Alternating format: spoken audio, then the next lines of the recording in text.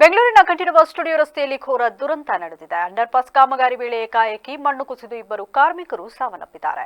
Kanteerava studio ಮುಂಭಾಗ ಹಾಗೂ doctor Rajkumar ಪುಣ್ಯಭೂಮಿ ಬಳಿ ನಡೆಯುತ್ತಿದ್ದ ರಸ್ತೆ ಕಾಮಗಾರಿ ವೇಳೆ ಈ ಭೀಕರ ದುರಂತವೊಂದು ಸಂಭವಿಸಿದೆ.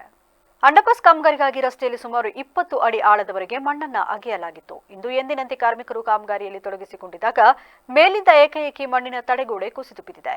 ಈ ವೇಳೆ ಸ್ಥಳದಲ್ಲಿದ್ದ 5 ಕಾರ್ಮಿಕರು ಮಣ್ಣಿನ ಅಡಿಯಲ್ಲಿ ಸಿಲುಕಿ ಉಸಿರಾಡಲಾಗದೆ ನರಳಾಡಿದ್ದಾರೆ.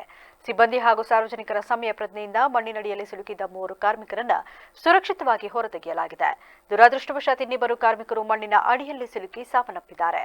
ರಸ್ತೆಯಲ್ಲಿ ಅಂಡರ್ಪಾಸ್ ಕಾಮಗಾರಿಗಾಗಿ 20 ಅಡಿಯಷ್ಟು ಮಣ್ಣು ತೋಡಲಾಗಿತ್ತು. ಆದರೆ ಕೆಲಸ ಮಾಡುವಾಗ ಏಕಾಏಕಿ ಮಣ್ಣು ಕುಸಿದಿದೆ.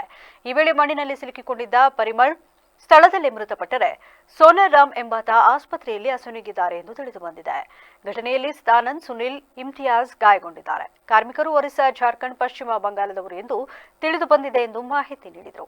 ಸುಮಾರು 11 ಗಂಟೆ ಸುಮಾರಿಗೆ ನಂದಿನಿ ಲೇಔಟ್ ಪೊಲೀಸ್ ಠಾಣಾ ವ್ಯಾಪ್ತಿಯ ಈ ಒಂದು ಅಂಡರ್ ಬ್ರಿಡ್ಜ್ ವರ್ಕ್ ನಡೀತಾ ಇದೆ. ಇಲ್ಲಿ ಒಂದು ಘಟನೆ ನಡೆದಿದೆ. ಈ ಘಟನೆಯಲ್ಲಿ ಏನಂದರೆ ಈ ಒಂದು 5 ಜನ ಕಾರ್ಮಿಕರು ಕೆಲಸ ಮಾಡ್ತಾಯಿದ್ರು. ಅಲ್ಲೇನು ನೀರಿತ್ತು, ಆ ನೀರು ತೆಗೆಯುವಂಥ ಕೆಲಸ ಮಾಡ್ತಾಯಿದ್ರು. ಆ ಸಮಯದಲ್ಲಿ ಮಡ್ ವಾಲ್ ಕುಸಿದು ಅವ್ರ ಮೇಲೆ ಬಿದ್ದಿದೆ.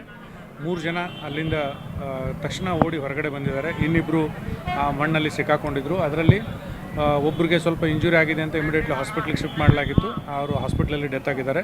ಇನ್ನೊಬ್ಬರು ಒಳಗಡೆ ಸಿಕ್ಕಾಕೊಂಡು ಮೃತಪಟ್ಟಿದ್ದಾರೆ ಅಂತ ಪ್ರಾಥಮಿಕ ಮಾಹಿತಿಯಿಂದ ಗೊತ್ತಾಗಿದೆ.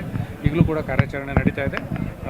ಸೊ ಮುಂದೆ ಅದರ ಇದು ವಿಷಯಕ್ಕೆ ಸಂಬಂಧಪಟ್ಟಂಗೆ ಮುಂದಿನ ವರದಿಯನ್ನು ಸ್ವೀಕರಿಸಿ ಮುಂದಿನ ಕ್ರಮವನ್ನು ಕೈಗೊಳ್ತೀವಿ. ಎಲ್ಲಿಯವರು ಸರ್, ಎಲ್ಲಿ ಮೂಲದವರು, ಎಷ್ಟು ದಿನದಿಂದ ಕೆಲಸ ನಡೀತಾ ಇದೆ ಸರ್? ಈಗ ಬೇಸಿಕಲಿ ನಮಗೆ ಗೊತ್ತಾಗಿರೋ ಪ್ರಕಾರ ಅಂದರೆ 3 ಇಂಜೂರ್ಡ್ ಆದವರು ಎಲ್ಲರೂ ಕೂಡ ವೆಸ್ಟ್ ಬೆಂಗಾಲ್, ಒಡಿಸ್ಸಾ ಮತ್ತು ಯಾವಾಗಿಂದ ಕೆಲಸ ಸ್ಟಾರ್ಟ್ ಆಗಿತ್ತು ಏನು ಸಂಬಂಧಪಟ್ಟ ಇಲಾಖೆಯಿಂದ ನಾವು ಮಾಹಿತಿ ತಗೊಂಡು